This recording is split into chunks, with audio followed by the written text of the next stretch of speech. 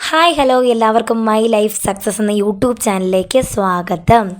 കഴിഞ്ഞ ദിവസം 10 ദിവസമായി അപ്പം ഞാൻ വീഡിയോ ഇട്ടിട്ട് എൻ്റെ ഒരു ഷോർട്സ് ഞാൻ ഇട്ടിട്ട് പിറ്റേ ദിവസം ഒരു 5 മണിക്ക് ഞാനൊരു വീഡിയോ അപ്ലോഡ് ചെയ്യുമെന്ന് പറഞ്ഞിരുന്നു. പക്ഷേ എനിക്ക് കുറച്ച് സാഹചര്യ ബുദ്ധിമുട്ടുകൾ വന്നതുകൊണ്ട് ഞാനത് ഇട്ടില്ല. വേറൊന്നുമല്ല, ഇപ്പോഴും എനിക്ക് സൗണ്ടിന് ചെറിയ പ്രശ്നമുണ്ട്. ഒന്നാമത്തെ കാര്യം നല്ല കഫക്കെട്ടാണ്. അതുകൊണ്ട് എനിക്ക് ഒന്നാമത്തെ കാര്യം കഫക്കെട്ടിന് ചെയ്യാൻ വേണ്ടിയിട്ടുള്ള റെമഡീസൊന്നും എനിക്ക് ചെയ്യാൻ പറ്റിയിട്ടില്ല ഇതുവരെ. കാരണം വീട്ടിലിരിക്കുന്നില്ല, ഫുൾ ടൈം ഓട്ടം തന്നെ. Kattappana to Merukulam, Merukulam to Kattappana, Merukulam to Kattappana, Kattappana to Merukulam. ഇത് തന്നെ അങ്ങോട്ടും പിന്നെ മെഡിക്കൽ കോളേജ് ടു മേരുകുളം. ഇങ്ങനെ തന്നെയായിരുന്നു, അങ്ങോട്ടും ഇങ്ങോട്ടും ഓട്ടമായിരുന്നു. അപ്പം ഞാൻ കൂടുതൽ വലിച്ചു നീട്ടുന്നില്ല. കഴിഞ്ഞ ദിവസം ഞാൻ PMEGP ഒരു ലോണിനെ കുറിച്ച് പറഞ്ഞിരുന്നു. പിറ്റേ ദിവസം അപ്ലോഡ് ചെയ്തെന്ന് പറഞ്ഞ വീഡിയോ അതായിരുന്നു. എനിക്ക് നിങ്ങളോട് പറയാനുള്ളത്, PMEGP ലോൺ നിങ്ങൾ ആരെങ്കിലും എടുക്കാൻ ആഗ്രഹിക്കുന്നുണ്ടെങ്കിൽ ഉറപ്പായിട്ട് നിങ്ങൾ മറ്റുള്ള വീഡിയോകൾ കണ്ടിട്ട് അതിൻ്റെ അകത്ത് ഓരോരുത്തർ പോയി കമൻറ്റ് എഴുതി ഇട്ടേക്കുന്നത് കണ്ടിട്ട് നിങ്ങൾ ഒരിക്കലും അത് എടുക്കാതിരിക്കാനോ അല്ലെങ്കിൽ നിങ്ങളുടെ മനസ്സ് മടിക്കാനോ, നിങ്ങളൊരു ആഗ്രഹിച്ചിട്ടൊരു വ്യവസായം തുടങ്ങണമെന്ന് അല്ലെങ്കിൽ ഒരു സംരംഭം എന്തെങ്കിലും ഒരു ബിസിനസ് തുടങ്ങണമെന്ന് നിങ്ങൾ ആഗ്രഹിച്ചിരുന്നിട്ട് അത് നിങ്ങൾ പെട്ടെന്ന് ഒരു വീഡിയോ പോയി കണ്ടിട്ട് അല്ലെങ്കിൽ ആരെങ്കിലും എന്തെങ്കിലും പറയുന്നത് കേട്ടിട്ട് അവർക്കത് കിട്ടിയില്ലെന്നുണ്ടെങ്കിൽ അത് അവരെ ഉറപ്പായിട്ട് ഒരു കുറ്റം പറയും, ഒരു നെഗറ്റീവായിരിക്കും അത് നിങ്ങളിലേക്ക് എത്തിക്കുന്നത് അവർ. ഇപ്പം ഞാൻ ഒരു ഉദാഹരണം പറയാം.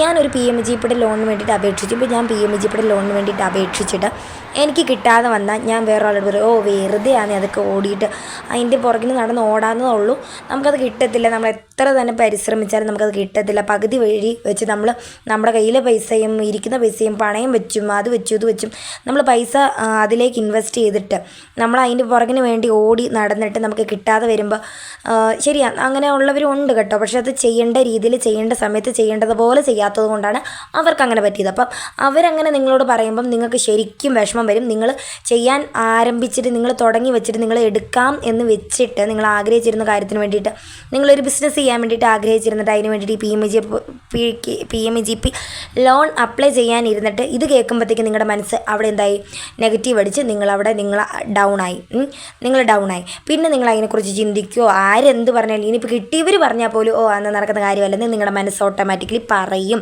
അല്ലേ. അതുകൊണ്ട് നിങ്ങൾ മറ്റുള്ളവർ പറയുന്നത് ഒരു കാരണവശാലും കേൾക്കണ്ട.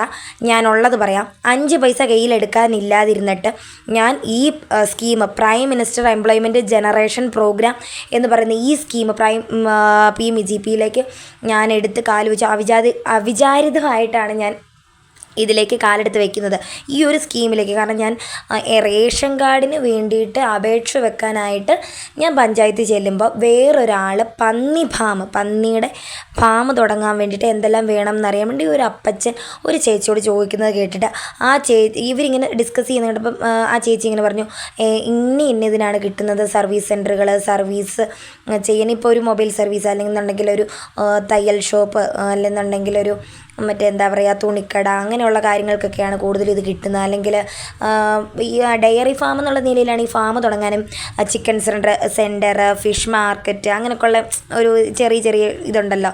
ഈ ഫിഷ് മാർക്കറ്റ്, ചിക്കൻ സെൻറ്റർ, ഇറച്ചിക്കട, അങ്ങനെയൊക്കെ ഉള്ളതുണ്ടല്ലോ. അതൊക്കെ തുടങ്ങാനായിട്ട് വേറൊരു ഇത് വരും. ഈ PMEGP തന്നെ വേറൊരു ഘട്ടം ഡയറി ഫാം എന്ന് പറയും. അപ്പം ബിസിനസ് ചെയ്യാൻ ചെറിയ സംരംഭം, ഇപ്പോൾ ഒരു എണ്ണ കാച്ചി നമ്മൾ തലയിൽ വെക്കുന്ന ഒരു എണ്ണ നിങ്ങൾക്ക് നന്നായിട്ട് കാച്ചാൻ അറിയാമെങ്കിൽ അത് തുടങ്ങണമെങ്കിൽ പോലും അത് നമുക്കൊരു കുറച്ച് പൈസ കൈ വേണം. അപ്പം ഇച്ചിരി ബൾക്കായിട്ട് തുടങ്ങണമെന്നുണ്ടെങ്കിൽ നിങ്ങൾക്ക് കുറച്ച് പൈസ കൈ വേണം. നിങ്ങളുടെ കയ്യിൽ ഒന്നും ഇല്ലെന്നുണ്ടെങ്കിൽ നിങ്ങളൊരു ലോൺ എടുക്കും അല്ലേ. നമ്മൾ ഏറ്റവും കൂടുതൽ എടുത്തു വെക്കുന്നത് ഒന്നെങ്കിൽ മുദ്രാ ലോണോ, ഏറ്റവും കൂടുതൽ പലിശയുള്ള മുദ്രാ ലോണോ, അല്ലെന്നുണ്ടെങ്കിൽ പേഴ്സണൽ ലോണോ, അതും അല്ലെങ്കിൽ വല്ല ചിട്ടിയോ വത്തലോ എന്താ പറയുക വട്ടിക്ക്, അങ്ങനെയൊക്കെ ഉണ്ടല്ലോ, പലിശയ്ക്കൊക്കെ ഉണ്ടല്ലോ, ബ്ലേഡിന്, അങ്ങനെയൊക്കെ ആയിരിക്കും. ഇതൊക്കെ വലിച്ചു വെച്ചിട്ട് നമുക്ക് നൂലാമാലകളായിരിക്കും. അപ്പം ഇതൊക്കെ പോട്ടെ, ഇങ്ങനെയുള്ളത് എടുത്ത് വെക്കാതെ നിങ്ങൾ ആദ്യമേ ചെയ്യേണ്ടത് PMEGPയിലേക്ക് നിങ്ങൾ കടന്നു കഴിയുമ്പോൾ ഞാൻ പറഞ്ഞു വരുന്നത്, PMEGP എടുക്കുക, സുഖമായിട്ട് 5 പൈസ പോലും കയ്യിലില്ലാതെയാണ് ഞാൻ ഇതിലേക്ക് ഇറങ്ങി തിരിച്ചത്. അപ്പോൾ ഈ ചേട്ടൻ ഈ ചേച്ചിയോട് ചോദിക്കുന്ന കേട്ടപ്പോൾ ഈ ചേച്ചി പറയുന്നത് കേട്ട് ഞാൻ അവിടെ നിന്ന് ആ ചേട്ടൻ പോയി കഴിഞ്ഞപ്പോൾ ഈ ചേച്ചിയോട് ചോദിച്ചു. അതായത് ഈ ചേച്ചി എന്ന് പറയുന്നത് വ്യവസായ വകുപ്പിന് കൈകാര്യം ചെയ്യുന്ന ഇതുമായിട്ട് ബന്ധപ്പെട്ട എല്ലാ കാര്യങ്ങളും ചെയ്തു കൊടുക്കുന്നതും ഈ ചേച്ചിയായിരുന്നു. ആ ചേച്ചിയുടെ പേര് ഞാൻ പറയുന്നില്ല, പഞ്ചായത്തിലെ ചേച്ചിയായിരുന്നു. ആ ചേച്ചിയോട് ഞാൻ ചെന്ന് ഞാൻ മേഡം എന്നാട്ടോ വിളിക്കാറ്. ആ മേഡത്തിനോട് ഞാൻ ചെന്ന് ചോദിക്കുന്നു. ആ മേഡം ക്ലിയർ ആയിട്ടുള്ള കാര്യങ്ങൾ എനിക്ക് പറഞ്ഞു തരുന്നു. അതനുസരിച്ച് ഞാൻ പിറ്റേ ദിവസം തന്നെ ഞാൻ എന്ത് ചെയ്തു, എൻ്റെ ഹസ്ബൻഡിൻ്റെ ആധാർ, എൻ്റെ ആധാർ, ഹസ്ബൻഡിൻ്റെ പാസ്ബുക്ക്, എൻ്റെ പാസ്ബുക്ക്, ഹസ്ബൻഡിൻ്റെ പാസ്ബുക്ക് കൊടുക്കേണ്ട വന്നില്ല, പക്ഷേ പാൻ കാർഡ് അങ്ങനെയുള്ള കാര്യങ്ങളൊക്കെ കൊടുത്തു. പാസ്ബുക്ക് ഞാൻ കൊടുത്തില്ല കേട്ടോ. എൻ്റെ പാസ്ബുക്ക്, എൻ്റെ പാൻ കാർഡ്, അതുപോലെ ആധാർ കാർഡ്, റേഷൻ കാർഡ് കൊടുത്തിട്ടില്ല. അതുപോലെ തന്നെ നമ്മുടെ SSLC ബുക്ക്, നമ്മൾ ഇപ്പോൾ SSLC ഇല്ലെങ്കിൽ അത് താഴെ ഇപ്പം SSLC എഴുതാത്തവരുണ്ടല്ലോ, അതല്ലെങ്കിൽ അതിൽ മണ്ടേ പഠിച്ചവരാണെങ്കിലും +2 ഡിഗ്രിയൊക്കെ പഠിച്ചവരാണെങ്കിൽ പോലും SSLC മതി. SSLC ബുക്ക്, അതുപോലെ തന്നെ എനിക്ക് ഞാൻ എന്തെങ്കിലും കോഴ്സ് പഠിച്ചിട്ടുണ്ടെങ്കിൽ അതിൻ്റെ സർട്ടിഫിക്കറ്റ് ഉണ്ടെങ്കിൽ, ഇല്ലെങ്കിൽ അത് വേണ്ട കേട്ടോ, ഓപ്ഷനല്ല. അപ്പം അങ്ങനെ ഉണ്ടെന്നുണ്ടെങ്കിൽ അത്, അല്ലെങ്കിൽ നമ്മൾ ഏതെങ്കിലും ഒരു വ്യവസായം തുടങ്ങിയിട്ട് അതിൻ്റെ നമ്മൾ ഏതെങ്കിലും ട്രെയിനിങ്ങിന് പോവോ പഠിക്കുകയോ ഒക്കെ ബന്ധപ്പെട്ട് എന്തെങ്കിലും ഒരു സർട്ടിഫിക്കറ്റ് ഉണ്ടെങ്കിൽ നിങ്ങൾ അതും കൂടെ വെക്കുക. ഇത് വെച്ച് നിങ്ങൾ എന്ത് ചെയ്യുക, ഇതെല്ലാം കൂടെ അപ്പോൾ അവർ പറയും എന്തെല്ലാം കൊണ്ടുവരണമെന്ന് പറയും, ഏതെല്ലാം സ്കീമിനെ എന്തെല്ലാം കൊണ്ടുവരണം എന്നുള്ളത് അവർ വ്യക്തമായിട്ട് പറയും.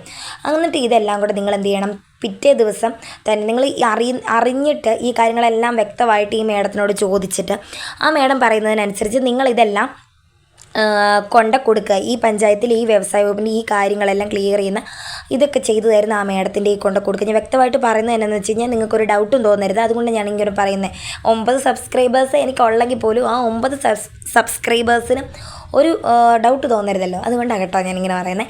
അപ്പം തുടക്കമായതുകൊണ്ട് കുറച്ച് മിസ്റ്റേക്കൊക്കെ ഉണ്ടായിരിക്കും. അപ്പം നിങ്ങൾ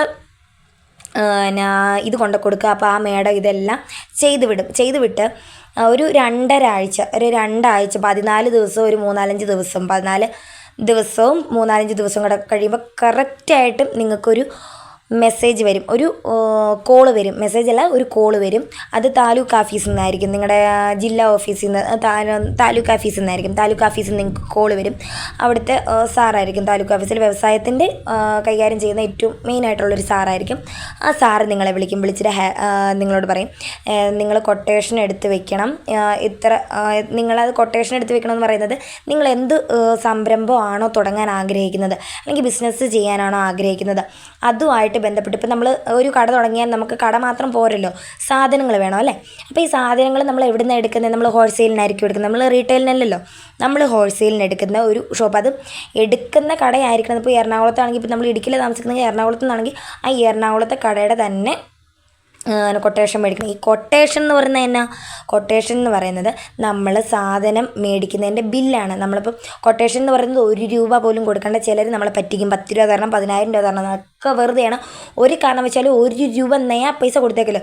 കോപ്പി എടുക്കുന്ന പൈസ നിങ്ങൾ വേണമെങ്കിൽ കൊടുത്തോ, 10, 15, 20 കൊടുത്തോ, അതിൽ കൂടുതൽ നിങ്ങൾ ഒരു കാരണം വെച്ചാലും കൊടുത്തേക്കില്ല. കാരണം ഈ നമ്മൾ സാധനം മേടിക്കുന്നത്, ഇപ്പോൾ ഞാൻ ഉദാഹരണം പറഞ്ഞു കഴിഞ്ഞാൽ, നമ്മളിപ്പോൾ ഒരു തുണിക്കട തുടങ്ങാനാണ് എടുക്കുന്നത് നോക്കുക. അപ്പോൾ തുണിക്കട ഏതെല്ലാം മെറ്റീരിയലാണ്, എന്തെല്ലാം സാധനങ്ങളാണ്, അതിൻ്റെ എല്ലാം ഒരു ലിസ്റ്റ് ആ ലിസ്റ്റ് ഇപ്പം അതായത് നമ്മളിപ്പോൾ ഒരു കടയിൽ സാധനം ചെന്ന് മേടിച്ച് അതിൻ്റെ ബില്ല് തരുമല്ലേ.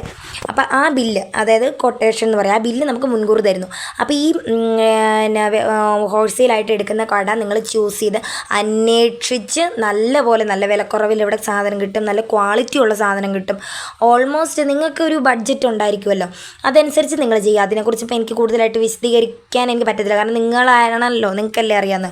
അപ്പം നിങ്ങൾ ഏത് കടയിൽ നിന്നാണോ സാധനം എടുക്കുന്നത് ആ കടയിൽ നിന്ന് നിങ്ങളൊരു കൊട്ടേഷൻ മേടിച്ചുകൊണ്ട് വെക്കുക. ഈ കോള് വന്നു കഴിയുമ്പോഴത്തേക്കും ആ സാറ് പറയും കൊട്ടേഷൻ മേടിച്ച് വെക്കണമെന്ന്.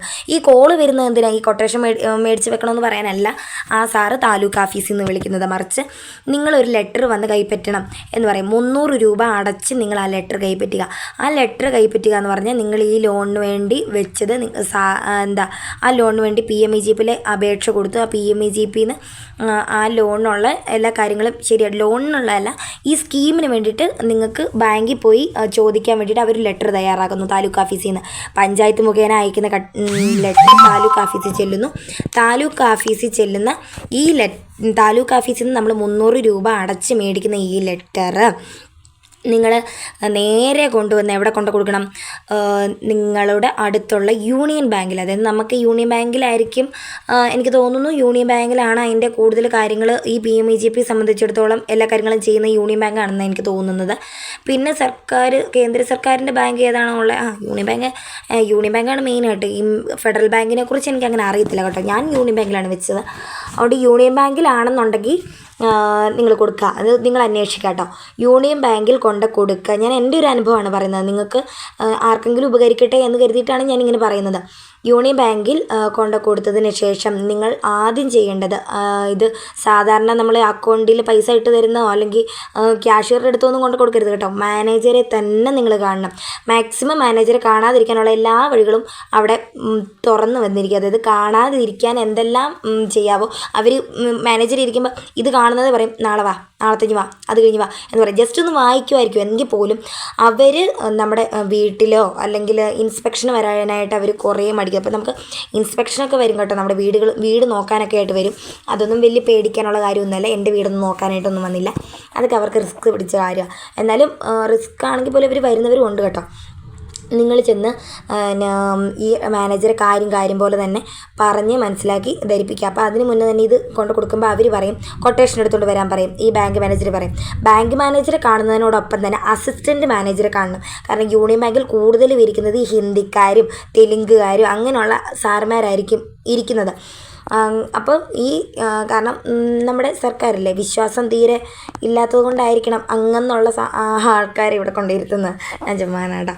അപ്പം നിങ്ങൾ ഈ ഹിന്ദി നമുക്ക് അറിയത്തില്ലായിരിക്കും, ചിലപ്പോൾ ഇംഗ്ലീഷ് നമുക്ക് സംസാരിക്കാൻ അറിയത്തില്ലായിരിക്കും. അങ്ങനെയാണെന്നുണ്ടെങ്കിൽ നമുക്ക് ആരെങ്കിലും അറിയാവുന്ന ആൾക്കാരെ കൂട്ടിയിട്ട് പോവുകയാണെങ്കിൽ അത് കുറച്ച് നിങ്ങൾക്കൊരു ഹെൽപ്പാവും കേട്ടോ. അതുകൊണ്ട് അങ്ങനെ ചെയ്യാം. അപ്പം ഈ താലൂക്ക് ഓഫീസിൽ നിന്ന് കിട്ടുന്ന ലെറ്റർ നിങ്ങൾ മാനേജറെ കൊണ്ട് കാണിക്കുക ഇന്ന പോലെ. അപ്പോൾ അവർ ചോദിക്കും എത്ര ലക്ഷം, ഈ എത്ര ലക്ഷം എന്നൊക്കെ ഉള്ളത് ഇതിലുണ്ടല്ലോ, ഈ ലെറ്ററിലുണ്ട്, നമ്മൾ ആദ്യമേ വെച്ച് വിടുന്നല്ലേ. അപ്പോൾ അങ്ങനെ കണ്ട് സംസാരിക്കും. അപ്പം സാറ് പറയും ഇന്ന ദിവസം ഞങ്ങൾ ഇൻസ്പെക്ഷന് വന്നേക്കാന്ന് പറയും. ഓക്കെ പറയണം. അതിന് മുന്നേ തന്നെ നിങ്ങൾ കൊട്ടേഷൻ മേടിച്ചുകൊണ്ട് വരണം. അതിന് മുന്നേ തന്നെ കൊട്ടേഷൻ മേടിച്ചുകൊണ്ട് എത്ര ലക്ഷം രൂപയുടെ സാധനമാണ് നിങ്ങൾ നിങ്ങളുടെ ഷോപ്പിലേക്ക് എടുക്കുന്നത്, അല്ലെങ്കിൽ നിങ്ങൾക്ക് ഒരു വ്യവസായത്തിന് വേണ്ടിയിട്ട് എത്ര ലക്ഷം രൂപയാണ് നിങ്ങൾക്ക് വേണ്ടതെന്നുള്ളത് അതെടുക്കുക. അതിൻ്റെ കൊട്ടേഷൻ എടുക്കുക.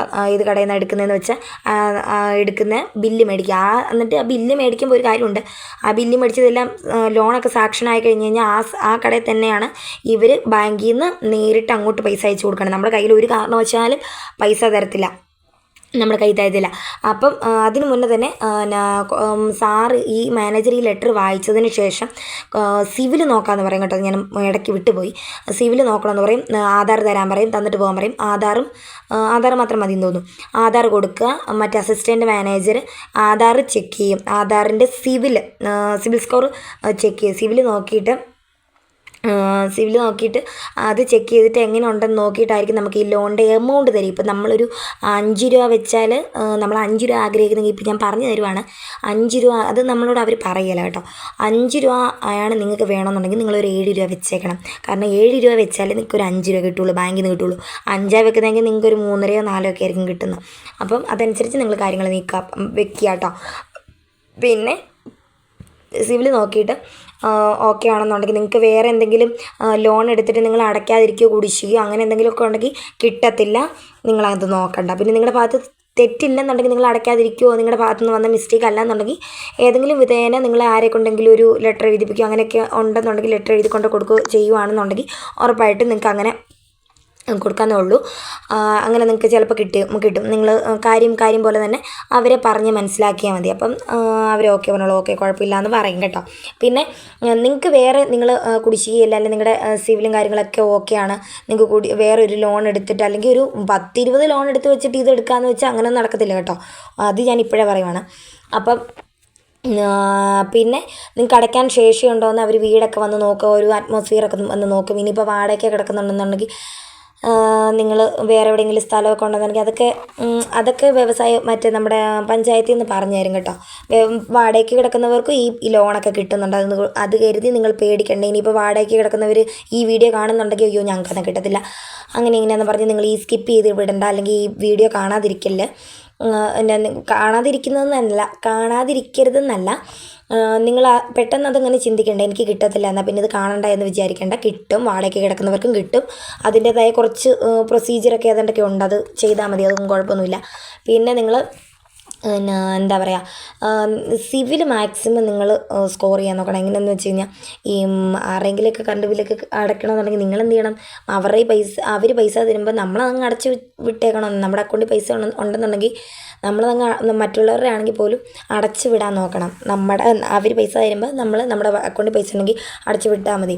ഇങ്ങനെയുള്ള കാര്യങ്ങളൊക്കെ ചെറിയ ചെറിയ ഗൂഗിൾ പേ ഒക്കെ എപ്പോഴും ഗൂഗിൾ പേ ഒക്കെ കൈകാര്യം ചെയ്യുവാണെങ്കിൽ പണം വരും പോവുകയൊക്കെ ചെയ്യുവാണെന്നുണ്ടെങ്കിൽ എപ്പോഴും ഡെയിലി ട്രാൻസാക്ഷൻ നടക്കുകയാണെന്നുണ്ടെങ്കിൽ നമുക്ക് സിവിൽ കയറും. അപ്പോൾ അങ്ങനെ ചെയ്യാം. പിന്നെ അത് കഴിഞ്ഞ് ഈ കൊട്ടേഷൻ എടുത്ത് സിവിൽ നോക്കി അവർ ഓക്കെ ആണെന്ന് പറയും.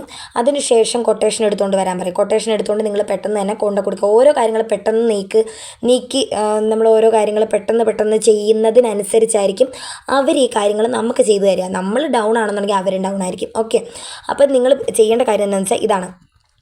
കൊട്ടേഷൻ കൊണ്ട് കൊടുക്കുക. കൊട്ടേഷൻ കൊണ്ട് കൊടുത്തു കഴിയുമ്പോഴത്തേക്ക് കൊട്ടേഷൻ കൊടുത്തതിന് ശേഷം അവർ അതെല്ലാം ചെക്ക് ചെയ്തിട്ട് ഇത്രയും രൂപ നമുക്ക് തരാൻ പറ്റുമോ ഇല്ലയോ എന്ന് അവർ പറയും. കാരണം സിവിൽ ഓൾറെഡി നോക്കി കാണുമല്ലോ. അപ്പം കൊട്ടേഷൻ കൊണ്ട് കൊടുത്തതിന് ശേഷം ഇവരെ 5 രൂപയാണെങ്കിൽ ഒരു 4 രൂപയൊക്കെ ആയിരിക്കും പറയുന്നത്. അപ്പോൾ 7 രൂപയാണെങ്കിൽ ഒരു 5 രൂപയൊക്കെ കിട്ടും, ഒരു 6 രൂപയൊക്കെ കിട്ടും. അപ്പോൾ അങ്ങനെ അവർ പറയും നിങ്ങൾ ബാക്കി കാര്യങ്ങൾ ചെയ്യാൻ പറയും. അതായത് ബാക്കി കാര്യങ്ങൾ ചെയ്യാൻ പറയുന്നത് നമ്മളൊരു ഷോപ്പ് ഇടുവാണെങ്കിൽ നമ്മൾ ആ ഷോപ്പിൻ്റെ എന്താ റെൻ്റ് എടുക്കും അല്ലേ, റെൻറ്റിനെടുക്കും. നമ്മൾ ആ നമ്മളൊരു റെൻറ്റിനെടുക്കുക, സെക്യൂരിറ്റി പൈസ ഒക്കെ കൊടുത്ത് നമ്മൾ റെൻറ്റിനെടുക്കുക. ഒരു 10 രൂപയൊക്കെ കൊടുത്തായിരിക്കും റെൻ്റ് എടുക്കുന്നത്. അത്ര അല്ലെന്നുണ്ടെങ്കിൽ നിങ്ങൾ എടുക്കുന്ന ഷോപ്പിൻ്റെ റെൻ്റ് അനുസരിച്ച് ഇപ്പം എനിക്കത് പറയാൻ പറ്റില്ല, ഞങ്ങൾ അങ്ങനെയായിരുന്നു. അപ്പോൾ നിങ്ങൾ റെൻ്റ് എടുക്കുക. റെൻറ്റിനെടുത്ത് അതിൻ്റെ എഗ്രിമെൻറ്റും കാര്യങ്ങളും മൊത്തം കാര്യങ്ങളും അതിൻ്റെ കോപ്പി, ഇപ്പോൾ വാടക ചീട്ട് എഴുതിച്ച അതിൻ്റെ കോപ്പി, അതുപോലെ തന്നെ നമുക്ക് വാടകയ്ക്ക് തരുന്ന ആളുടെ ആധാർ നമ്പരും ആധാറിൻ്റെ ഒരു കോപ്പിയും ആധാറിൻ്റെ ഒരു കോപ്പിയും പാസ്പോർട്ട് സൈസ് ഫോട്ടോ ചോദിക്കത്തില്ല, അയാളുടെ ഒരു ഫോൺ നമ്പരും ആധാറിൻ്റെ കോപ്പിയും ഫോൺ നമ്പരും ആധാർ കോപ്പിയും മതി. ആധാർ കോപ്പിയും അതുപോലെ തന്നെ ഈ വാടക ചീട്ടിൻ്റെ കോപ്പിയും കൂടെ കൊടുക്കുക. നമ്മൾ ഫോൺ നമ്പരും കൂടി അവർക്ക് കൊടുക്കുക. നമ്മൾ ഈ കൊട്ടേഷൻ കൊടുത്തതിന് ശേഷം അത് കഴിഞ്ഞ് പിറ്റേ ദിവസം നിങ്ങൾ എന്നാണോ എഴുതിച്ച അതിൻ്റെ ഇതെല്ലാം കൊടുക്കുക. കൊടുത്തതിന് ശേഷം അവർ പറയും ഉദ്യം രജിസ്ട്രേഷൻ ചെയ്യണമെന്ന് പറയും. ഉദ്യം രജിസ്ട്രേഷൻ അത് അക്ഷയയിൽ ചെന്ന് നമ്മുടെ ആധാറും കൊടുത്ത് അവരത് പറയും ഉദ്യം രജിസ്ട്രേഷൻ. ഉദ്യം രജിസ്ട്രേഷൻ എന്ന് പറയുമ്പോൾ നമ്മുടെ സ്ഥാപനത്തിൻ്റെ പേരിൽ ചെയ്യാനുള്ള ഒരു ചെറിയൊരു രജിസ്ട്രേഷനാണ്. അത് ഉദ്യം എന്ന് പറയും. അത് അക്ഷയ എന്ന് പറയുന്നതായിരിക്കും. അപ്പോൾ അക്ഷയക്കാർ ഒരു 10-15 മിനിറ്റിനുള്ളിൽ തന്നെ ചെയ്തു തരും. നമ്മുടെ കടയുടെ പേര് വെച്ച് 6 പേരിലാണ് ഷോപ്പ് തുടങ്ങുന്നത്. അതുപോലെ തന്നെ നമ്മൾ ഇടാൻ പോകുന്ന ഷോപ്പിൻ്റെ പേര് അത് ഏറ്റവും വലിയ ഇതാട്ടോ, മെയിൻ പോയിൻ്റാണ്. അപ്പം നമ്മൾ ഇടാൻ പോകുന്ന ഷോപ്പിൻ്റെ പേരൊക്കെ വെച്ചിട്ട് ഉദ്യം രജിസ്റ്റർ ചെയ്യും. ഷോപ്പ് കടയ്ക്ക് വേണ്ടിയിട്ടാണ് നമ്മൾ ചെയ്യുന്നത്. ആ രജിസ്ട്രേഷന് ശേഷം നമ്മൾ എന്ത് ചെയ്യണം, നമ്മുടെ കടയ്ക്ക് നമ്മൾ ഇടാൻ പോകുന്ന കടയ്ക്ക് ലൈസൻസ് വേണം അല്ലേ. ആ ലൈസൻസിന് വേണ്ടിയിട്ട് നമ്മൾ പഞ്ചായത്തിൽ അപേക്ഷിച്ചതിന് ശേഷം ആ കടയുടെ പേരിൽ നമ്മൾ ലൈസൻസ് എടുക്കുന്നു. ആ ലൈസൻസ് ഇപ്പോൾ ഒരു വർഷത്തേക്ക് മൊബൈൽ സർവീസ് ആണെങ്കിലോ അല്ലെങ്കിൽ ഒരു തുണിക്കടയാണെങ്കിലോ ഒരു തയ്യൽ ഷോപ്പാണെങ്കിലോ എല്ലാത്തിനും ലൈസൻസ് ഉണ്ട്. കടയിടാൻ വേണ്ടിയിട്ട് പച്ചക്കറി ഷോപ്പാണെങ്കിലും വെജിറ്റബിൾസ് എന്ത് സംരംഭം തന്നെയാണെങ്കിൽ പോലും നമ്മൾ ഒരു മില്ലാണെന്നുണ്ടെങ്കിലോ എന്ത് തന്നെ ആയാലും അതിന് ലൈസൻസ് വേണം. അപ്പം നമ്മൾ എന്ത് ചെയ്യണം, ലൈസൻസ് എടുക്കുക, പഞ്ചായത്തിൽ ചെന്ന് പറയുക 3 ദിവസത്തിനുള്ളിൽ 4 ദിവസത്തിനുള്ളിൽ ഓക്കെ ഡൺ 3 ദിവസത്തിനുള്ളിൽ 4 ദിവസത്തിനുള്ളിൽ നമുക്ക് എന്താ പറയുക ലൈസൻസ് ശരിയാവും. ആ ലൈസൻസിൻ്റെ കോപ്പി, ലൈസൻസ് ഒറിജിനൽ നമ്മുടെ കയ്യിൽ വേണം. അതിൻ്റെ കോപ്പിയും നമ്മൾ എന്ത് ചെയ്യണം, ഇതിൻ്റെ കൂടെ സബ്മിറ്റ് ചെയ്യണം. നമ്മുടെ വാടക ചീട്ടിൻ്റെ കൂടെയും ഉദ്യം രജിസ്ട്രേഷൻ്റെ കൂടെയും. ഇതെല്ലാം 3 ഒരുമിച്ച് ചെയ്യുകയാണെന്നുണ്ടെങ്കിൽ എളുപ്പമാണ്. പിന്നെ അവർ ഓരോന്ന് കൊണ്ട് കൊടുക്കുമ്പോഴായിരിക്കും പിറ്റേ ദിവസം ഓരോന്ന് പറയുന്നത്. നമുക്കങ്ങനെ അറിയത്തില്ലല്ലോ. അതുകൊണ്ട് ഇപ്പോൾ എനിക്കറിയാവുന്നതുകൊണ്ട് ചെയ്തുകൊണ്ടാണ് ഞാനിത് നിങ്ങളോട് പറയുന്നത്. ഉദ്യം രജിസ്ട്രേഷൻ, നമ്മുടെ കടയ്ക്ക് വേണ്ടിയിട്ടുള്ള ഷോപ്പിൻ്റെ ലൈസൻസ്, അതുപോലെ തന്നെ നമ്മുടെ റെൻറ്റിനെടുത്ത് ഷോപ്പിടാൻ വേണ്ടിയിട്ടുള്ള ആ ഷോപ്പിൻ്റെ റെൻറ്റിൻ്റെ എഗ്രിമെൻറ്റിൻ്റെ കോപ്പി, അതുപോലെ ആ റെൻറ്റ് തന്ന ആളുടെ ആധാർ കോപ്പിയും ഫോൺ നമ്പരും, ഇതൊക്കെ കൂടി നമ്മൾ മൊത്തത്തിൽ കൊടുക്കുന്നു. പിന്നെ നമുക്ക് ലോൺ സാങ്ഷനാക്കാൻ വേണ്ടിയിട്ട് അവർ ചെയ്യുന്ന പ്രൊസീജിയറും കാര്യങ്ങളും കുറച്ച് ഇതുണ്ട്. പിന്നെ അതിന് മുന്നേ തന്നെ ഇതെല്ലാം വെച്ചിട്ട് അതിന് മുന്നേ തന്നെ പ്രൊജക്ട് റിപ്പോർട്ട് നിങ്ങൾക്ക് റെഡിയാക്കി തരും. അത് നിങ്ങൾക്ക് അവിടെ നിന്ന് തന്നെ പഞ്ചായത്തിൽ നിന്ന് പറയും കേട്ടോ. ഈ ഉദ്യം രജിസ്ട്രേഷന് മുമ്പ് തന്നെ, അതായത് ഞാൻ പറഞ്ഞില്ല കൊട്ടേഷൻ എടുക്കുന്ന സമയമല്ല വിട്ടുപോയതാട്ടോ, സോറി. കൊട്ടേഷൻ എടുക്കുന്ന ആ ഒരു ടൈമിൽ തന്നെ നിങ്ങൾ പ്രൊജക്ട് റിപ്പോർട്ടിന് വേണ്ടിയിട്ട് പഞ്ചായത്തിൽ നിങ്ങൾ ആദ്യം പോയി ചോദിച്ചല്ലോ, ഈ വ്യവസായത്തിന് കൈകാര്യം ചെയ്ത ആ പുള്ളിക്കാരോട് ചോദിക്കുക. അപ്പോൾ പുള്ളിക്കാരി തന്നെയാണ് റെഡിയാക്കി തരുന്ന പ്രൊജക്ട് റിപ്പോർട്ട്. ആ പ്രൊജക്ട് റിപ്പോർട്ട് കൊണ്ട് നമ്മൾ ബാങ്കിൽ കൊണ്ട് കൊടുക്കണം. ആ പ്രൊജക്ട് റിപ്പോർട്ട് കൊടുത്തതിന് ശേഷമായിട്ട് ഉദ്യം രജിസ്ട്രേഷൻ. അപ്പോൾ ഫസ്റ്റ് സ്റ്റെപ്പ് തൊട്ട് ഞാൻ പറയാം. ആദ്യം നമ്മൾ പഞ്ചായത്തിൽ ചെന്ന് ഇതിന് വേണ്ടിയിട്ട് അപേക്ഷ വെക്കുന്നു. അപേക്ഷ താലൂക്ക് ഓഫീസിൽ പോകുന്നു. താലൂക്ക് ഓഫീസിൽ നിന്ന് കോൾ വരുന്നു. ലെറ്റർ നമ്മൾ കൈപ്പറ്റുന്നു. ലെറ്റർ മേടിച്ചുകൊണ്ട് നമ്മൾ ബാങ്കിൽ കൊണ്ട് കൊടുക്കുന്നു. ബാങ്കിൽ കൊണ്ട് കൊടുത്തതിന് ശേഷം നമ്മൾ കൊട്ടേഷൻ എടുക്കുന്നു. കൊട്ടേഷൻ എടുത്തതിന് ശേഷം ആ കൊട്ടേഷനും കൂടി കൂട്ടി നമ്മൾ പ്രൊജക്ട് റിപ്പോർട്ട് വെക്കുന്നു. പ്രൊജക്ട് റിപ്പോർട്ട് നമ്മൾ ബാങ്കിൽ കൊടുക്കുന്നു. ബാങ്കിൽ കൊടുത്തതിന് ശേഷം അവർ ഉദ്യം രജിസ്ട്രേഷനും റെൻറ്റിനെടുത്ത് റൂമിൻ്റെ വാടക ചീട്ട് കൊടുക്കുന്നു. അതുപോലെ തന്നെ നമ്മൾ പഞ്ചായത്തിൽ ചെന്ന് ലൈസൻസ് എടുക്കുന്നു. നമ്മൾ ഷോപ്പിൻ്റെ പേരിൽ ലൈസൻസ് എടുക്കുന്നു. പേര് വെച്ച് നമ്മുടെ ഷോപ്പിന് എന്താണോ പേര് ആ പേരിൻ്റെ ഇത് വെച്ചിട്ട് നമ്മൾ ആരുടെ പേരിലാണോ ഷോപ്പ് ഇടുന്നത് അയാളുടെ പേര് വെച്ചിട്ട് നമ്മൾ ലൈസൻസ് എടുക്കുന്നു. ഓക്കെ, ലൈസൻസും ആയിട്ട് നമ്മൾ നേരെ എന്ത് ചെയ്യുന്നു, അവിടെ ചെന്ന് നമ്മുടെ ബാങ്കിൽ കൊണ്ട് കൊടുക്കുന്നു. ബാങ്കുകാർ പിന്നെ പിറ്റേ ദിവസം തൊട്ട് ലോൺ സാക്ഷനാക്കണം. ഒരു 1.5 ആഴ്ചയൊക്കെ എടുക്കുമായിരിക്കും കേട്ടോ, അല്ലേ 1 2 ആഴ്ച. എങ്ങനെ പോയാലും നിങ്ങൾ എളുപ്പം പെട്ടെന്ന് സ്റ്റെപ്പ് ബൈ സ്റ്റെപ്പായിട്ട് ഓരോ കാര്യങ്ങൾ ചെയ്യുന്നതിന് അനുസരിച്ചായിരിക്കും നിങ്ങൾക്ക് കിട്ടുന്ന ഈ ലോൺ, നിങ്ങൾക്ക് എത്രയും പെട്ടെന്ന് ഈ ലോൺ കിട്ടുന്നത്. അപ്പം നിങ്ങൾ ഇത്രയും ചെയ്യുക. ഇതെല്ലാം കൊണ്ട് കൊടുത്തതിന് ശേഷം ആ 2 ആഴ്ച കൊണ്ട് നിങ്ങൾക്ക് ലോൺ സാക്ഷനാകാൻ വേണ്ടിയിട്ടുള്ള ദിവസം അവർ പറയും. നമ്മൾ ഇടയ്ക്കിടയ്ക്ക് ബാങ്കിൽ ചെന്ന് ശല്യപ്പെടുത്തിക്കൊണ്ടിരിക്കണം. കാരണം ഇവർക്ക് 1 2 കേസല്ല, നമ്മുടെ മാത്രം കേസല്ല, 100 കണക്കിന്. ഇപ്പോൾ നമ്മൾ എടുക്കുന്ന പോലെ തന്നെ ഒരു PMEGP കാര്യം തന്നെ പല സ്ഥലത്തുനിന്നും ഈ പഞ്ചായത്തിൽ നിന്ന് തന്നെ ഒരു 10-30 എണ്ണം ഉണ്ടായിരിക്കും. 30 ഇല്ലെങ്കിൽ ഒരു 10-20 എണ്ണമെങ്കിലും മെയിനായിട്ട് എന്തായാലും ഉണ്ടായിരിക്കും, മസ്റ്റായിട്ടും ഉണ്ടായിരിക്കും. അതുപോലെ തന്നെ ഈ ലോൺ മാത്രമല്ല, വിദ്യാഭ്യാസ ലോണ്, വീടിൻ്റെ ലോണ്, മറ്റേ സ്വർണ്ണത്തിൻ്റെ ലോണ്, അല്ലെ അങ്ങനെ ഇങ്ങനെ എല്ലാം ഉണ്ടായിരിക്കുമല്ലോ. അതുകൊണ്ട് നമ്മൾ നമ്മുടെ ആവശ്യമാണെന്ന് കരുതി നമ്മൾ തെരുതര പോയി വരണം. കുറച്ച് കാലമൊക്കെ കഴിക്കും, അതൊന്നും കുഴപ്പമില്ല. നമ്മുടെ ആഗ്രഹമാണ്, നമ്മുടെ ആവശ്യമാണ്, നമ്മുടെയാണ് ആവശ്യം എന്ന് കരുതി നമ്മൾ പോവുക. അവരെ മേഡം എത്രയും പെട്ടെന്ന് വേണം, ഞങ്ങൾ റെൻറ്റിന് എടുത്തിട്ടേക്കുവാണ്, ഇന്ന ദിവസം ഞങ്ങൾ റെൻറ്റിന് എടുത്തിട്ട് ഞങ്ങൾ വെറുതെ വാടക കൊടുത്തുകൊണ്ടിരിക്കുക, എത്ര നാളെന്ന് വെച്ചാൽ ഞങ്ങൾ കൊടുക്കുന്നത് കൊണ്ട് മേഡം ഇത് പെട്ടെന്ന് ആക്കി തരണം, അല്ലേ സാർ ഞങ്ങൾക്ക് ഇത് എത്രയും പെട്ടെന്ന് ആക്കി തരണം, ഇല്ലെങ്കിൽ ഇല്ലെന്ന് നിങ്ങൾ പറഞ്ഞോളൂ എന്ന് പറയണം. അങ്ങനെയൊക്കെ പറയണം, എന്നാലേ കിട്ടുള്ളൂ. എന്നിട്ട് നിങ്ങൾ എന്ത് ചെയ്യണം, ഇത് മേടിച്ചതിന് ശേഷം ഇതെല്ലാം കൊടുത്തതിന് ശേഷം ലോൺ സാങ്ഷൻ ആവാനുള്ള ഡേറ്റ് അവർ വിളിച്ച് പറയും. അപ്പോഴത്തേക്കും നിങ്ങൾ നേരെ നിങ്ങൾ ഇതെടുത്തല്ലോ, നമ്മുടെ കൊട്ടേഷൻ എടുത്ത കടയുണ്ടല്ലോ, നമ്മൾ ഏത് സാധനം കടയിൽ നിന്ന് എടുക്കുന്നതെന്നുണ്ടെങ്കിൽ അവിടുത്തെ അക്കൗണ്ട് നമ്പരും ഒറിജിനൽ സീൽ വെച്ച് കൊട്ടേഷൻ ആയിരിക്കുമല്ലോ നമ്മൾ കൊടുക്കുന്നത്. അവർ സീൽ വെച്ച് തന്നോളൂ, നിങ്ങൾ മാർക്കരുത് കേട്ടോ. സീൽ വെച്ച കൊട്ടേഷൻ ആയിരിക്കും നിങ്ങൾ മേടിക്കുന്നത്. അവർ അവരുടെ കടേൻ്റെ പേര് സീൽ വെച്ച് തരും. അല്ലാത്തത് മേടിച്ചാൽ പിന്നെ നമ്മൾ അതിൻ്റെ പുറകിന് അത് മാറ്റാനായിട്ട് പിന്നെ അങ്ങോട്ട് പോകേണ്ടി വരും. അതുകൊണ്ട് മസ്റ്റായിട്ട് നിങ്ങൾ കൊട്ടേഷൻ മേടിക്കുമ്പോൾ സീൽ വെച്ച് തന്നെ മേടിക്കണം, കടയുടെ പേരിൽ സീൽ വെച്ച് തന്നെ മേടിക്കണം. പോരാത്തതിന് നിങ്ങൾ അയാളുടെ ഓണറിൻ്റെ അക്കൗണ്ട് നമ്പരും മേടിക്കണം. അതായത് നമ്മൾ ലോൺ സാങ്ഷൻ ആകുമ്പോൾ ലോൺ അയച്ചു കൊടുക്കേണ്ട, ലോൺ പൈസ അയച്ചു കൊടുക്കേണ്ട ആളുടെ അക്കൗണ്ട് നമ്പർ മേടിക്കണം. അക്കൗണ്ട് നമ്പർ മേടിച്ച് അത് നിങ്ങൾ ഇവിടെ ബാങ്കിൽ കൊടുക്കുക. അവരത് ചെയ്യുമ്പോൾ, അതായത് ലോൺ സാങ്ഷനായി കഴിയുമ്പോഴത്തേക്കും നിങ്ങളുടെ അക്കൗണ്ടിലേക്ക് ആ പൈസ ഇടുന്നതായിരിക്കും. അക്കൗണ്ടിലേക്ക്, അതായത് നിങ്ങളുടെ നിങ്ങൾ കൊടുത്ത ആ അക്കൗണ്ട് നമ്പറിലേക്ക് പൈസ ഇടുന്നതായിരിക്കും. ഇട്ട് കൊടുക്കുന്നു. പിന്നെ നമ്മൾ അവിടെ ചെല്ലുന്നു, ആ ഷോപ്പിൽ ചെല്ലുന്നു. നമ്മൾ ചെന്ന് ആ പൈസ നമ്മൾ കൈപ്പറ്റുമല്ല, ആ പൈസക്കുള്ള സാധനം എടുക്കുന്നു. GST എമൗണ്ട് നമുക്ക് GST ഒട്ടും ഇല്ല, GST ഇല്ലാതെ, GST ഉണ്ട് എന്നാൽ പോലും നമുക്ക് പൈസ ഇങ്ങോട്ട് കിട്ടാം. ഇപ്പോൾ ചിലർ ഒരു 2 ലക്ഷം രൂപയുടെ അവരുമായിട്ട് ഒരു സെറ്റിൽമെൻറ്റിന് തയ്യാറാവും. ആ കടക്കാരുമായിട്ട് 2 ലക്ഷം രൂപയുടെ സാധനം എടുത്തിട്ട് ബാക്കി GST എടുത്തിട്ട് ഞങ്ങൾക്ക് ബാക്കി എമൗണ്ട് ഞങ്ങളുടെ കൈ തരാമോ എന്നൊക്കെ ചോദിക്കും. അങ്ങനെയൊക്കെ ചെയ്യാം, പക്ഷേ എങ്കിൽ അങ്ങനെ ചെയ്യാതിരിക്കുന്നതായിരിക്കും നിങ്ങൾക്ക് കുറച്ചുകൂടി ബെറ്റർ. കാരണം നമ്മളിപ്പോൾ നമ്മുടെ പൈസ തന്നെ നമ്മൾ അടയ്ക്കുകയും ചെയ്യണം, എന്നിട്ട് നമ്മളെ GST തുകയാണെന്ന് പറഞ്ഞാൽ അവർ പിടിക്കുകയും ചെയ്യും. അതൊക്കെ വെറുതെ ആണേ, ചുമ്മായ. അതുകൊണ്ട് നിങ്ങൾ GST ഒരു എമൗണ്ട് കാണും എന്ന് പറഞ്ഞാൽ അത്ര വലിയ തുകയൊന്നും എടുക്കത്തില്ല. അതുകൊണ്ട് നിങ്ങൾ 5 ലക്ഷം രൂപ അവർക്ക് അയച്ചു കൊടുക്കുന്നത് 5 ലക്ഷം രൂപയ്ക്ക് സാധനം എടുക്കാനായിട്ട് ശ്രമിച്ചോണം മാക്സിമം. ആ 5 ലക്ഷം രൂപയ്ക്കും നിങ്ങൾ സാധനം എടുക്കുക, നിങ്ങൾ പർച്ചേസ് ചെയ്യുക. എന്നിട്ട് പർച്ചേസ് ചെയ്തതിന് ശേഷം ചെയ്യേണ്ട കാര്യങ്ങൾ എന്താണെന്ന് വെച്ച് കഴിഞ്ഞാൽ, പിറ്റേ മാസം തൊട്ട് അടവായിരിക്കും. അല്ലെങ്കിൽ പിറ്റേൻ്റെ പിറ്റേ മാസം, എനിക്ക് തോന്നുന്നില്ല പിറ്റേ മാസം തൊട്ടായിരിക്കും. കാരണം ഒരു മാസം കാൽക്കുലേറ്റ് ചെയ്തിട്ടായിരിക്കും നിങ്ങൾക്ക് എമൗണ്ട് കിട്ടുക. എമൗണ്ട് തന്നിരിക്കും, എമൗണ്ട് കിട്ടും.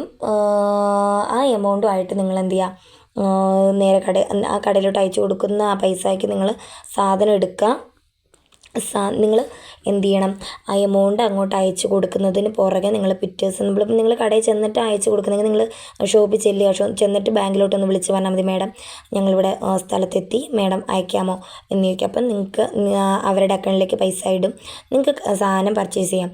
എന്നിട്ട് നിങ്ങൾ പിന്നെ ബാക്കി കാര്യങ്ങൾ ഞാൻ പിന്നെ പറയേണ്ട കാര്യമല്ലോ. സാധനം കൊണ്ട് റൂമിൽ കൊണ്ട് വെക്കുക, അടുക്കി പെറുക്കുക.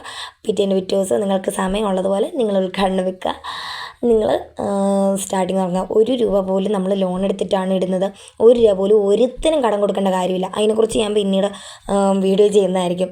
1 രൂപ പോലും ഒരുത്തർക്കും കടം കൊടുക്കരുത്. കടം കൊടുത്ത് തുടങ്ങിയാൽ പിന്നെ മുഷിച്ചിലാണല്ലോ എന്നോർത്ത് അവർ മുഷിയോ അല്ല അവരെന്ത് ചിന്തിക്കും, നമ്മുടെ ബന്ധുക്കാരാണല്ലോ, നമ്മുടെ സ്വന്തക്കാരാണല്ലോ, നമ്മുടെ അയൽവക്കംകാരാണല്ലോ, നമ്മൾ അറിയുന്നവരാണല്ലോ എന്ന് കരുതി നമ്മൾ പൈസ നമ്മൾ സാധനം കൊടുക്കാനിരുന്ന് കഴിഞ്ഞാൽ നമ്മുടെ ബന്ധുക്കാരാണല്ലോ, നമ്മുടെ സ്വന്തക്കാരാണല്ലോ, നമ്മുടെ അയൽവക്കംകാരാണല്ലോ, നമ്മൾ അറിയുന്നതാണല്ലോ, നമ്മുടെ ഫ്രണ്ട്സ് ആണല്ലോ എന്ന് കരുതി അവരെന്ത് ചിന്തിക്കുമോ എന്ന് കരുതി അവർ സാധനം മേടിക്കുമ്പോൾ നാളെ തരാടാ, അല്ലെങ്കിൽ എടി നാളെ തരാടി, എടി കുറക്കടി, കുറച്ച് അങ്ങോട്ട് കുറക്കടി എന്നൊക്കെ പറഞ്ഞാൽ അവരിങ്ങനെ എന്താ പറയുക ഭാഗ്യം ചെയ്തുകൊണ്ടിരിക്കും. ചിലപ്പോൾ കടം പറഞ്ഞുകൊണ്ട് പോകും. അപ്പോൾ നമ്മൾ അവരെന്ത് ചിന്തിക്കുന്നു കരുതി നമ്മൾ പൈസ കുറച്ച് കൊടുത്തു കഴിഞ്ഞാൽ ഉണ്ടാകുന്ന പ്രശ്നം എന്താണെന്ന് വെച്ചാൽ നമ്മുടെ നമ്മൾ കടത്തിന്മേ കടവാവും.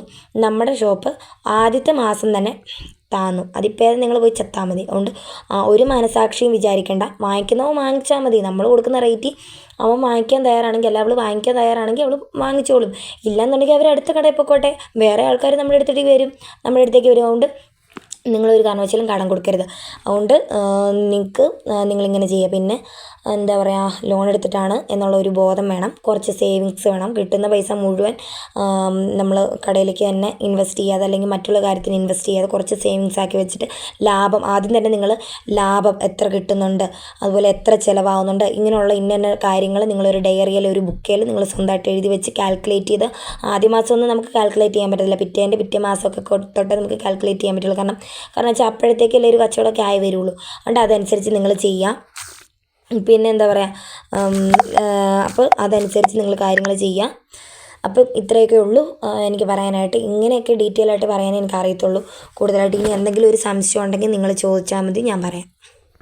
അപ്പോൾ നിങ്ങൾക്ക് ഞാൻ പറഞ്ഞതൊക്കെ മനസ്സിലായെന്ന് ഞാൻ കരുതുന്നു. അപ്പോൾ എന്തെങ്കിലും ഒരു ഡൗട്ടൊക്കെ ഉണ്ടെങ്കിൽ നിങ്ങൾ ചോദിക്കുക. പിന്നെ ഞാൻ ഇപ്പോഴും പറയുവാണ്, പിന്നെ ഇതിൻ്റെ സബ്സിഡി കയറുന്നതിനെക്കുറിച്ച് ഞാൻ പറഞ്ഞില്ല, സോറി, പറയാൻ വിട്ടുപോയി. ഈ ലോൺ എടുത്തൊരു 5-6 ലക്ഷം രൂപ എടുക്കുന്നുണ്ടെങ്കിൽ അതിനനുസരിച്ചുള്ള എമൗണ്ട് ആയിരിക്കുമല്ലോ നമുക്ക് കാൽക്കുലേറ്റ് ചെയ്ത് സബ്സിഡി കയറുന്നത്. നിങ്ങൾക്ക് സബ്സിഡി എടുക്കുകയല്ല. ഇപ്പോൾ 5 ലക്ഷം രൂപ ആണെങ്കിൽ അതിൽ 1.5 കിട്ടുവാണെങ്കിൽ ആ 1.5 പലിശ കുറഞ്ഞ് അവിടെ തന്നെ പലിശ കുറയുന്നു. ബാക്കിയുള്ള എമൗണ്ട് നമ്മൾ അടച്ചാൽ മതി. അപ്പോൾ പലിശ കുറയുമ്പോൾ നമുക്ക് അടവും കുറയും. ഓക്കെ. പിന്നെ മാസമായിരിക്കും അടവ്. മാസമാണ് അടവ്. 1,02,000 രൂപ വെച്ചാണ് അടവ് വരുന്നത്. അപ്പം പലിശ കൂടെ കൂടി കുറച്ച് എമൗണ്ട് കൂടും. അപ്പോൾ എങ്ങനെ പോയാലും 1,00,000-ന് 2,000 രൂപ വെച്ച് പലിശ കൂടെ കൂടിയെന്ന് തോന്നുന്നു. 2,000 രൂപ വെച്ച് 2, 4, 6, 8, 10 അങ്ങനെയായിരിക്കും. പിന്നെ സബ്സിഡി കയറുന്നത് എപ്പോഴാണ്? ഇപ്പോഴും ഞാൻ പറയുന്നു, സബ്സിഡി ഉറപ്പായിട്ടും കയറും, മസ്റ്റായിട്ടും കയറും. 8 മാസത്തിന് മുന്നേ അല്ലെ 9 മാസത്തിന് മുന്നേ അവർ കയറിയാലും ഇപ്പോൾ കയറിയാലും അങ്ങനെ ഇങ്ങനെ എന്നൊക്കെ മാടയോ കോടയോ എന്നൊക്കെ പറയും കുറച്ച് കഴിയണം. അത് കാരണം നമ്മൾ അടയ്ക്കുന്നുണ്ടോ, അടവ് കൃത്യമായിട്ട് അടയ്ക്കുന്നുണ്ടോ എന്നൊക്കെ അറിയാൻ വേണ്ടിയിട്ടാണ് അവർ നേരത്തെ സബ്സിഡി കയറുന്നതാണ്. പിന്നെ അവരങ്ങ് പറയുമ്പോൾ കുറച്ച് താമസിച്ചേ പറയുള്ളൂ. അപ്പോൾ ഒരു 9 മാസത്തിന് മുന്നേ തന്നെ സബ്സിഡി കയറുന്നതായിരിക്കും കേട്ടോ. പിന്നെ നിങ്ങൾ എൻ്റെ ചാനൽ സബ്സ്ക്രൈബ് ചെയ്യാൻ മറക്കരുത്. ഇനിയും ഒത്തിരി വീഡിയോ എനിക്ക് ഇടാനുണ്ട്. ഞാൻ ഇടുന്നതായിരിക്കും. ഇനിയും ഒരുപാട് വീഡിയോ ഞാൻ ഇടുന്നതായിരിക്കും. നല്ല നല്ല കണ്ടൻറ്റുകളുമായിട്ട് ഞാൻ നിങ്ങളുടെ മുന്നിലേക്ക് വരുന്നതായിരിക്കും. എല്ലാവരും എൻ്റെ ചാനൽ സബ്സ്ക്രൈബ് ചെയ്യണം, എന്നെ സപ്പോർട്ട് ചെയ്യണം, ബെല്ലൈക്കൺ പ്രസ് ചെയ്യണം, മറക്കരുത്. ഞാൻ നിങ്ങൾക്ക് ഉപകാരപ്പെടുന്ന ഓരോരോ വീഡിയോ ആയിട്ട് ഞാൻ നിങ്ങളുടെ മുന്നിലേക്ക് വരുന്നതായിരിക്കും. അതുപോലെ തന്നെ വ്ളോഗ് ഉണ്ടായിരിക്കുന്നതായിരിക്കും, ഡെയിലി വ്ളോഗ്. അതുപോലെ തന്നെ എൻ്റെ ഡെയിലി റൊട്ടീൻ, അങ്ങനെയുള്ള എല്ലാ കാര്യങ്ങളും, ട്രാവലിംഗ് ആയാലും ഫുഡിൻ്റെ ആയാലും എന്തായാലും എല്ലാം ഞാൻ ഇടുന്നതായിരിക്കും. ഷോപ്പിംഗ് ആയാലും എല്ലാം ഞാൻ ഇടുന്നതായിരിക്കും. എല്ലാവരും എന്നെ സപ്പോർട്ട് ചെയ്യണം. എൻ്റെ ഒരു കുഞ്ഞു ചാനലാണ്. അതുപോലെ തന്നെ തുടക്കക്കാരിയാണ്. എനിക്കിങ്ങനെ ഒന്നാമത്തെ കാര്യം സൗണ്ട് ഇല്ലാത്തത് കൊണ്ട്, എന്നിട്ട് ഞാൻ പരമാവധി ഉറക്കുകയാണ് പറഞ്ഞത്. എൻ്റെ സൗണ്ട് ഇപ്പം പാറയിലിട്ട് ഉറയ്ക്കുന്ന ചിരട്ടയുടെ പോലെയാണ് ഇരിക്കുന്നത്, എനിക്കറിയാം. എന്നാലും എന്താ പറയുക. അപ്പോൾ താങ്ക് യു ഓൾ. അപ്പം ഗുഡ് നൈറ്റ്. ഓക്കെ.